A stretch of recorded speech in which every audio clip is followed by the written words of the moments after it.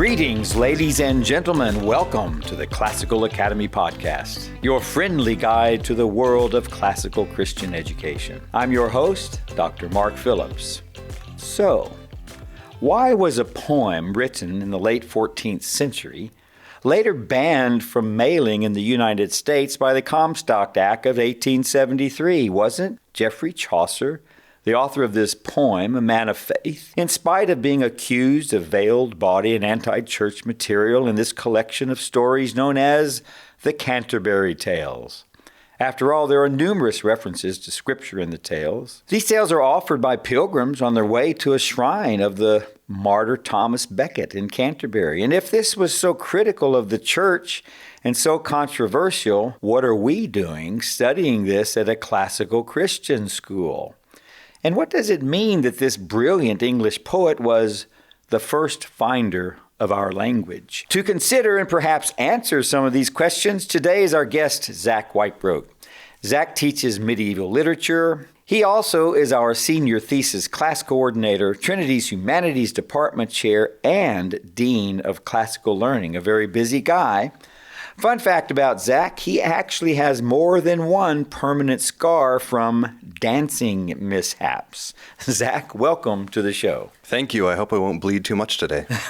Yeah, we all do. Why do we study Canterbury Tales here? I think you answered that question to a certain extent in your introduction, that Chaucer as a writer is provocative in all of the best ways possible.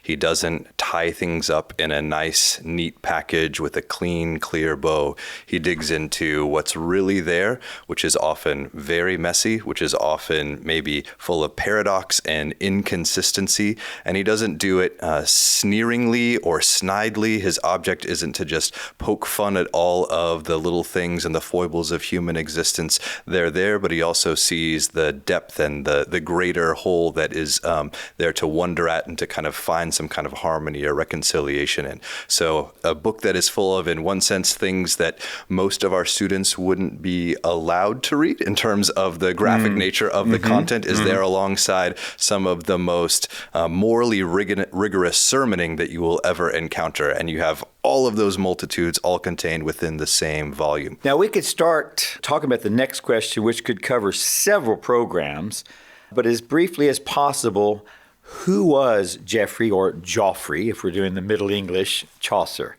What about him? I'm not going to start with the Middle English that I can't sustain, so I'm going to Geoffrey it up from the beginning.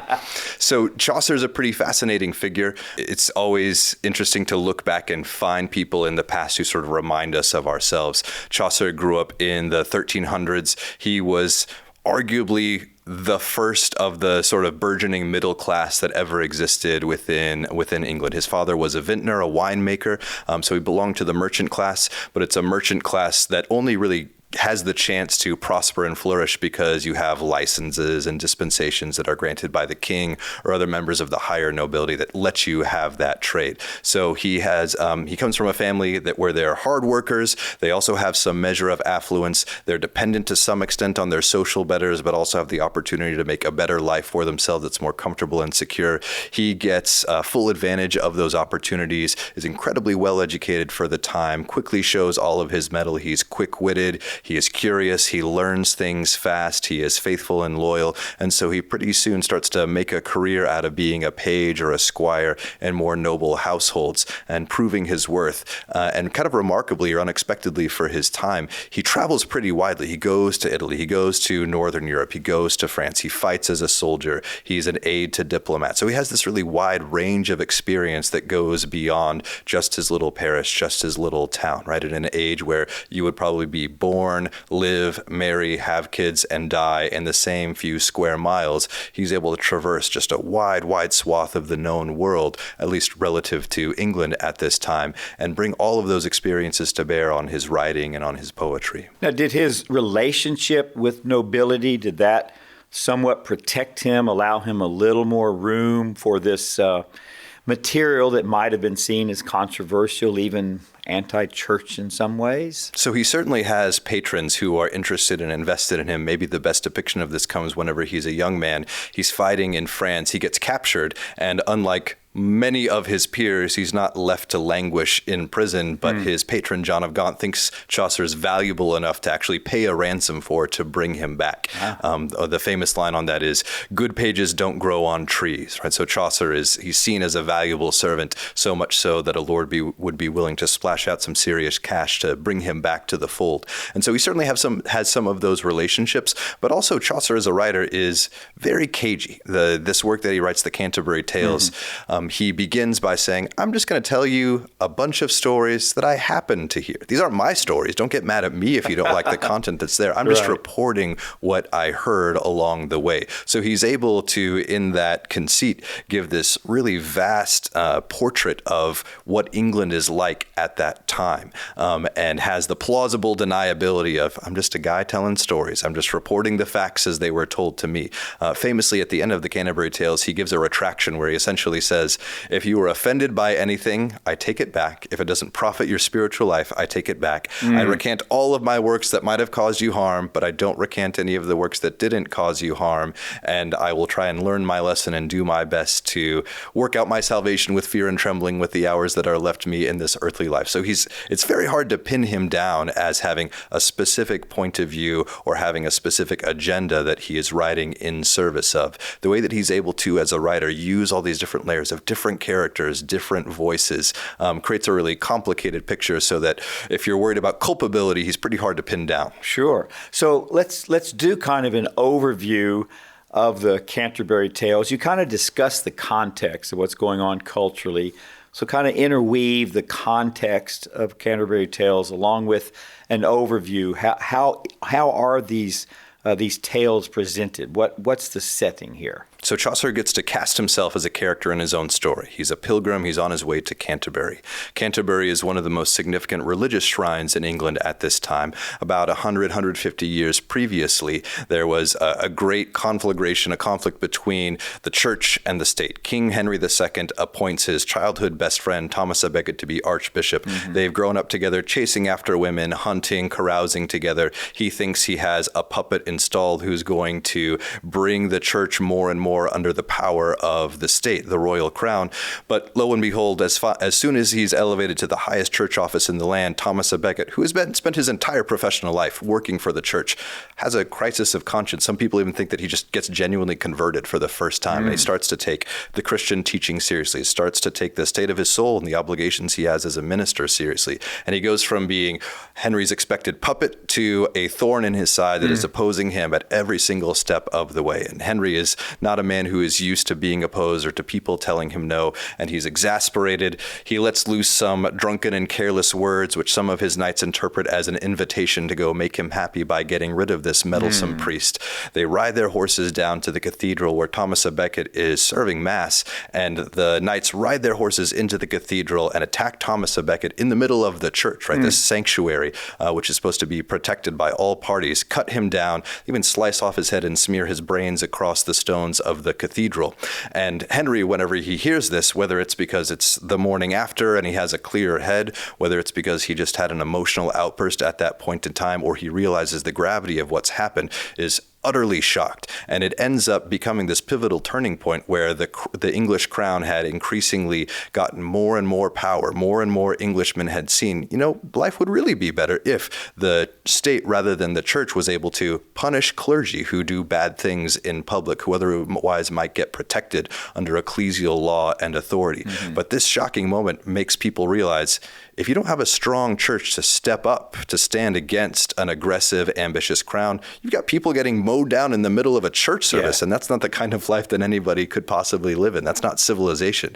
And so this ends up having the exact opposite effect of all of Henry's ambitions of turning public opinion against the encroaching power of the state, becoming this symbolic moment where the church started to gather more and more political and civil power to itself and really stand firm as a separate institution, a meaningful check and balance on the crown. And Henry II ends up under threat of excommunication, making a pilgrimage from his palace all the way to Canterbury on his hands and knees, right, leaving a trail of blood behind him as he prostrates himself finally at the altar there and begs for forgiveness and to be restored to the good graces of the church once again. So it's this incredibly powerful site in England. There's all kinds of English history and culture wrapped up into this moment. And so you have, pretty much as soon as Thomas à Becket dies, a cult quickly establishes itself. Go see the shrine of Thomas à Becket. Pay your respects, pay your homage, learn from the faith of a man who is willing to stand up against the most powerful monarch in all of Europe for what he believed in, and find your own faith strengthened and nourished. And of course, you have all kinds of legends that emerge, that if you go when you're sick, Thomas à Becket will heal you, or Thomas à Becket will bring some kind of miraculous deliverance for you if you have some sort of problem. So it becomes this wildly popular, not just place where you go to do religious devotion, but kind of like a tourist attraction. And so you have all kinds of English folks going to Canterbury. So that's the frame for Chaucer's story. He's going to Canterbury. He falls in with these 29 others. They're on their way down. And instead of what you're supposed to do on a pilgrimage, think pious thoughts, reflect on your sins, consider the example of the holy men and women who went before you, who you're going to go see. They decide they're not going to waste their time in silence, but they're going to tell stories. And they enter onto this bet where whoever tells the best story is going to win a free supper at a tavern. And the person who proposed this whole bet is the owner of the tavern, who is now going to have people racking up a huge tab at his establishment at his clever instigation. And so this is part of kind of the layered quality of the stories. You have all these people going on a pilgrimage. This is supposed to be a pious, devoted thing, but they're certainly not spending it in obvious piety or devotion. They want their ears tickled. They want to hear something interesting, exotic, or exciting.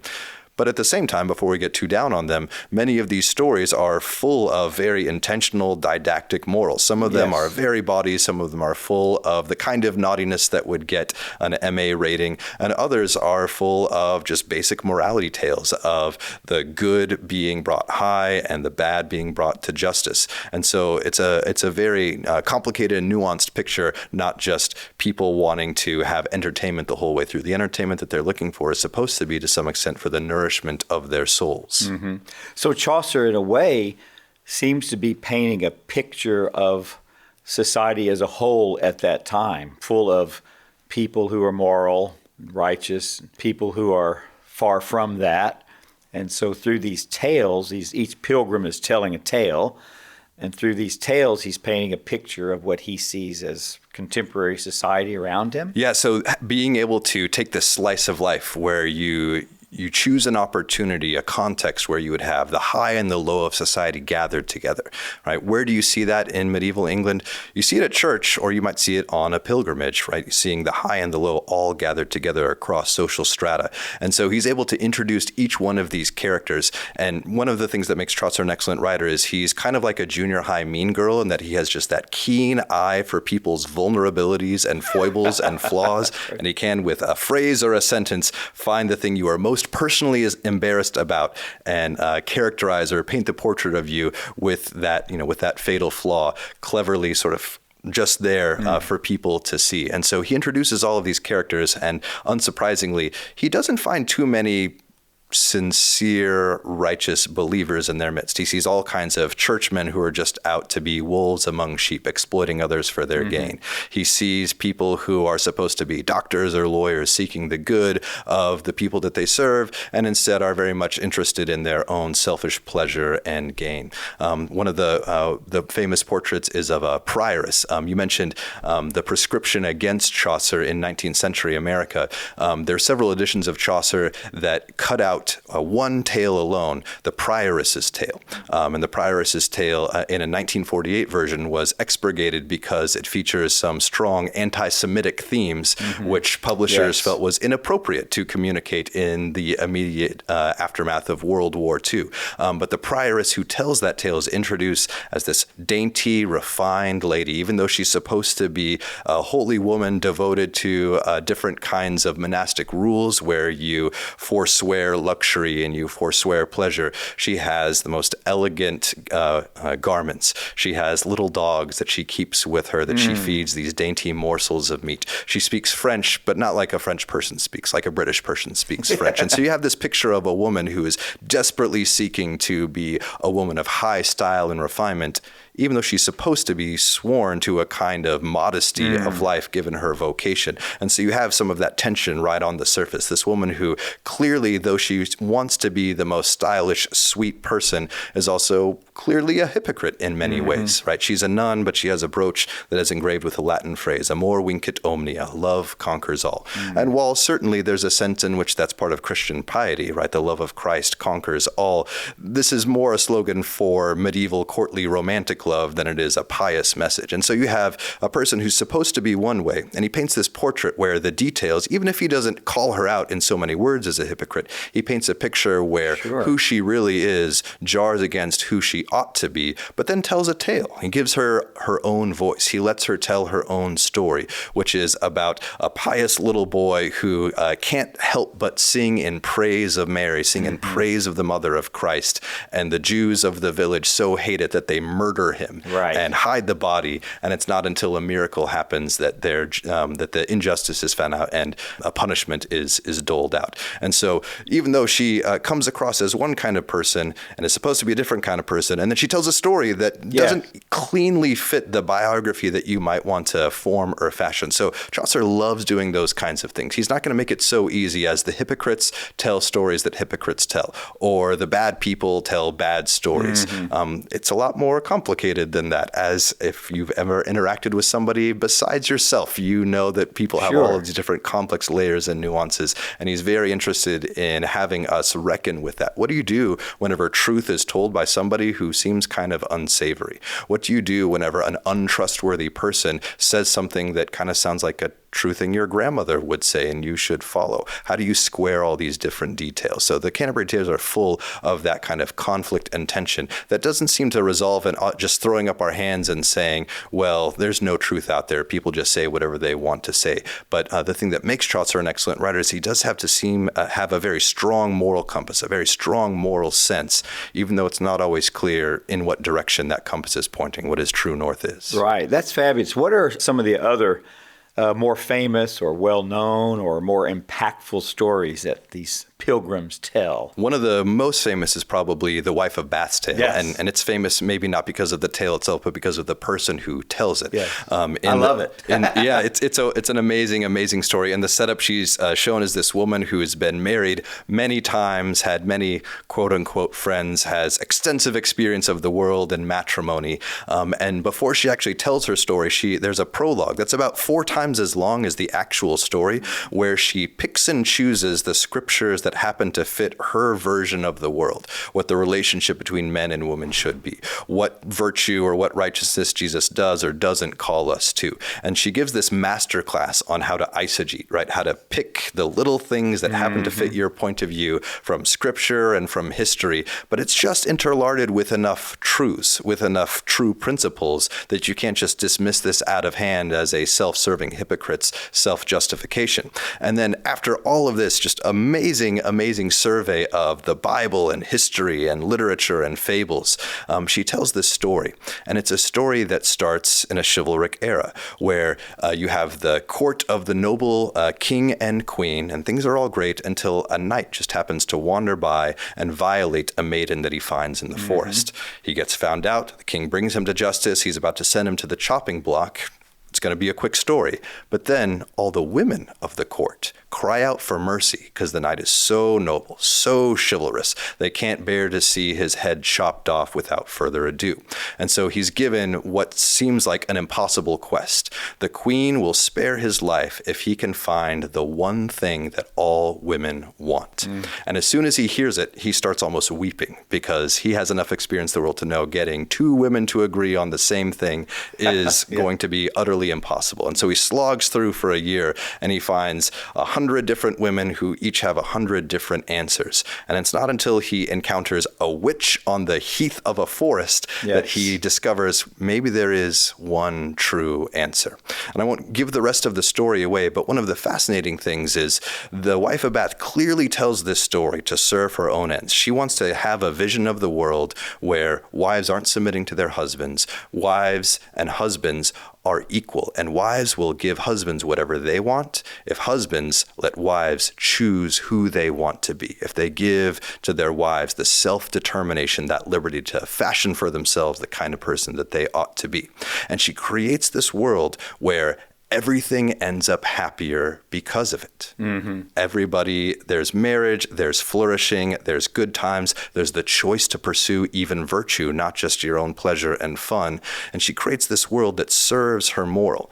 But one of the fascinating things about the way Chaucer tells it is this whole story works if we just ignore a few convenient details. The woman who was unjustly violated at the beginning, she just kind of disappears from the story.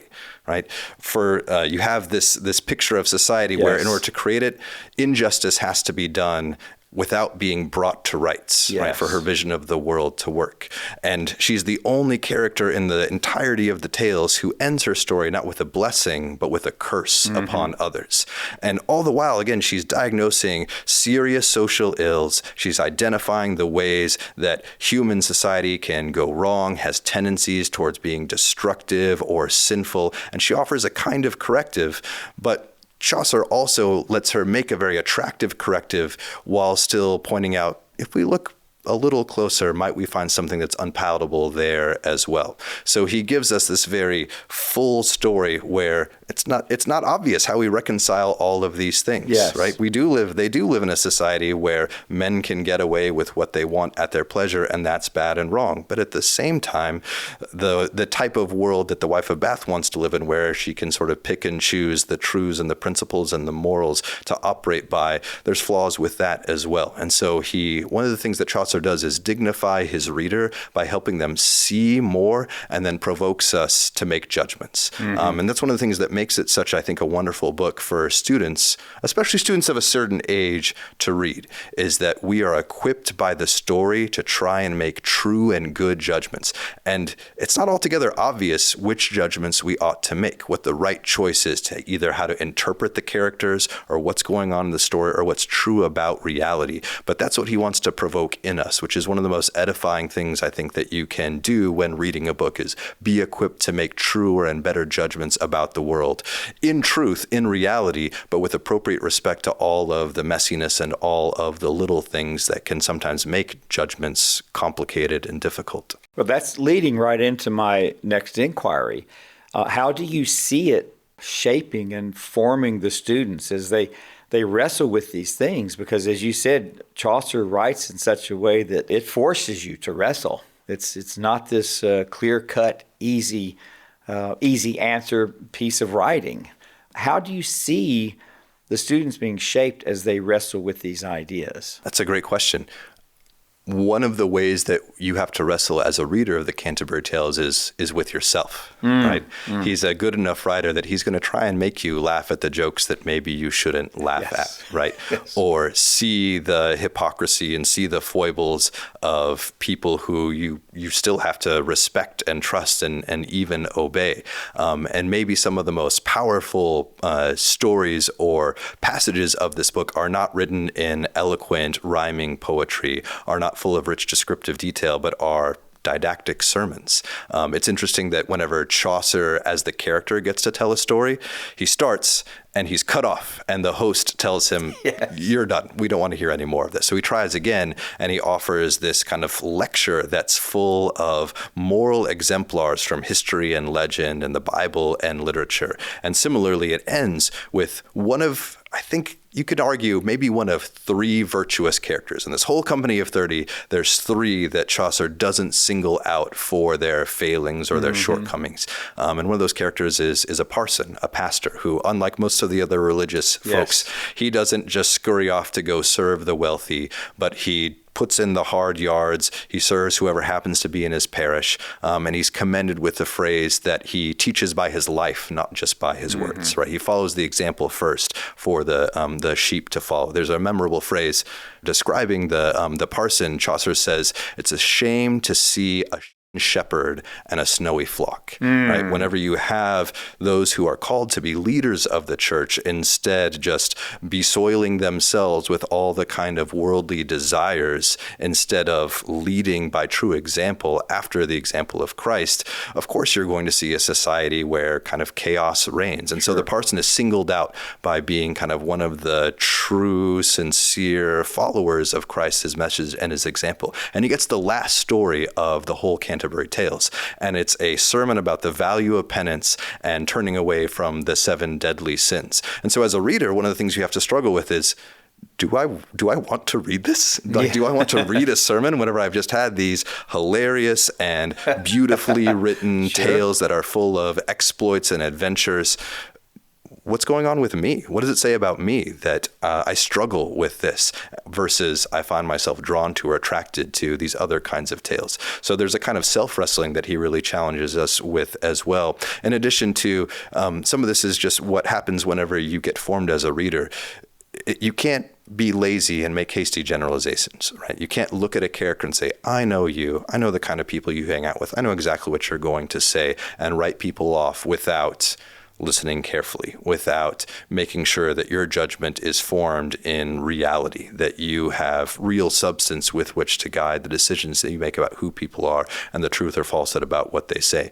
So that's one of the wonderful things that Chaucer trains in us is you got to pay attention. You got to pay close attention to the people who talk and the words that they say and the frames that are placed around their stories to figure out what he's trying to say as a storyteller and how this fits in what's really true in our world as well. Do the students have some enlightened disagreements about their views of the characters, either the characters of the pilgrims themselves telling the stories or of the characters within the stories themselves? Do they have disagreements about this? Do they openly admit about their own wrestlings? Do you see these things? One of the tales that stands out with this is the Clerk's Tale, which is another very famous one, where essentially you have a nobleman marrying sort of Cinderella. Yes, so I love that one nobleman too. sees this beautiful, virtuous woman, he marries her, and at a certain point it comes into his mind to test her. He's not sure he really believes in her fidelity, even though she has given no cause in her words or her action or in her life as a wife and mother to give many cause for doubt. He decides to test her. It's almost like a prenup. Except in the middle of this covenant that you have sworn to. Yes. And so he puts on her just increasingly worse and more difficult tests and trials to the point where at the very end, he has sent her off, exiled her. He has already ripped her away from their children. And then the daughter who has grown up somewhere else gets brought back in, and he tells his erstwhile wife, get this young lady ready for me to marry her. And the woman, Grisella, doesn't know that she's the daughter, but she's put in a position where she has to dress and prepare and instruct her wife replacement, right? The replacement bride, in order to serve her former husband, that this new, right, the hot new young thing is going to come in and be, Griselda 2.0. And so you just see all of these tyrannous, domineering pains that she's put to and how much she suffers, sort of Job-like with her patience, with her virtue, and takes every difficulty with modesty, with peaceableness, never once having a sinful rebelliousness about it. And she finally, in this last moment, demonstrates her virtue to such an extent that her husband finally says, don't worry, the last 15 years of your life that has been made a living hell, it was all a test, you passed, congratulations. Yes. And the story just kind of, in one way, it kind of ends there. There's not an obvious resolution. And so there's all kinds of questions. Is she right to submit to her husband in all of these things? Is this a picture? Maybe we should think about this symbolically. This is a picture of God and us.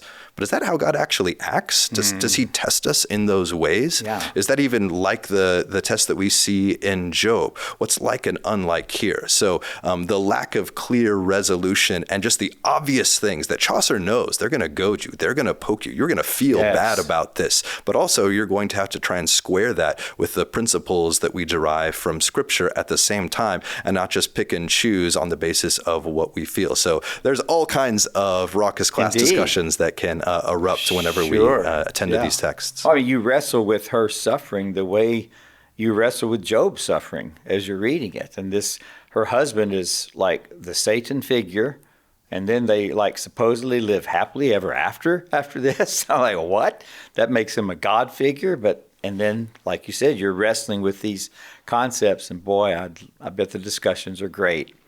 Well, let's say you're a parent at home, you're hearing this, and of course, after hearing this, you're very excited to grab your own copy and read. What are some questions that a parent might ask their student who's involved in the reading of the Canterbury Tales so that they can also enjoy these wrestlings? Two questions that come to mind are one, just the basic, can you judge a book by its cover? Should you be able to judge a book by its cover? Is it true that what's on the inside should be manifest on the outside? Or if what's on the outside disagrees with what's inside, is that a problem? And when is that a problem? And who is that a problem for? As parents, you're training your students, you're training your children to make true judgments about the world, to know who's good, who's bad, who to spend time with, who to avoid, how to deal with all kinds of people. And so Chaucer helps train us for some of those things. Can you judge a book by its cover? Should you? What do you need to look at? How do you make a judgment about who people really are? What do you need in order to make a true judgment about that? So I think that's a great question that Chaucer helps us wrestle with. And then a second question that's sort of related is, as Chaucer shows us time and time again in these stories, you're going to spend all of your life dealing with hypocrisy. You're going to struggle with your own hypocrisy. You're going to struggle with hypocrisy with the people at your church, with the people at your job. People are going to say one thing and act a different way. People are going to hold one standard on you and themselves to a different standard. What do you do about that? Yeah. What are your responses? You can become cynical and reject everything. You can be credulous and naive and get taken for all kinds of unfortunate things. How do you navigate that kind of hypocrisy? How do you let it influence how you live your life in your church, in your neighborhood, in your job, with the people that you have in your family and in your friendships? There's a reality there that we can't be naive to overlook, but also how do we be wise as serpents and innocent as doves in dealing with that aspect of human life? Yes. One final question, Zach. This is a difficult one, I would think, for someone with some expertise in the Canterbury Tales, but do you have a favorite tale? I think probably one of my favorites is The Nun's Priest's Tale, and it's classic Chaucer in some ways. It's the story about a rooster, and he uses the story of a rooster to broach all kinds of questions about predestination and human agency and marital relationships between husbands and wives and all of the hostilities and problems and dynamics that spill out over there. And he does the thing where he has this kind of Looney Tunes cartoon style plot line with these barnyard animals having the most eloquent thoughts and ideas, but not just in a way that sort of lampoons philosophy and theology and all the discussions that we have, but asks real and serious questions, all the while challenging us to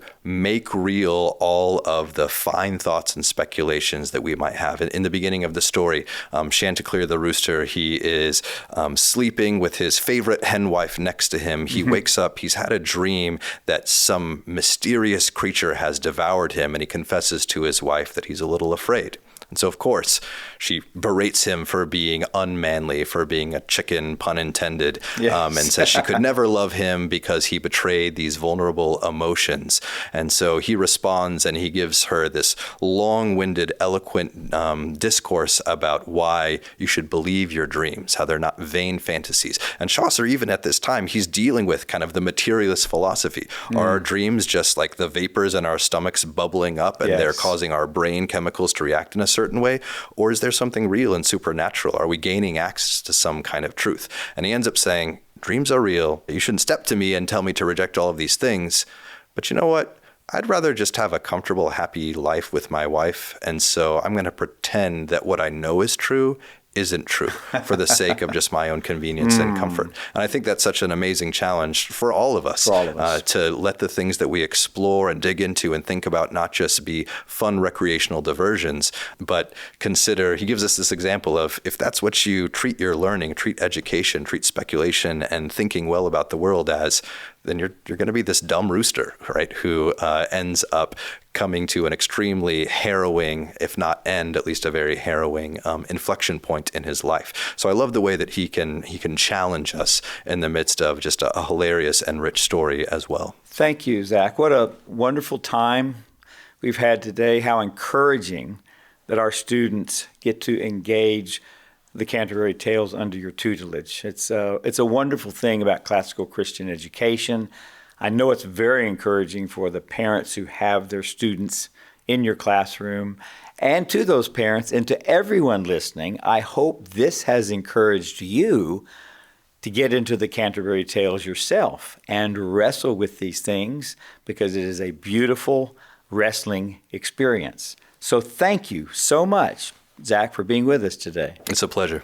And thanks to all of you for joining us on the Classical Academy podcast, presented by Trinity Classical Academy right here in Santa Clarita, California.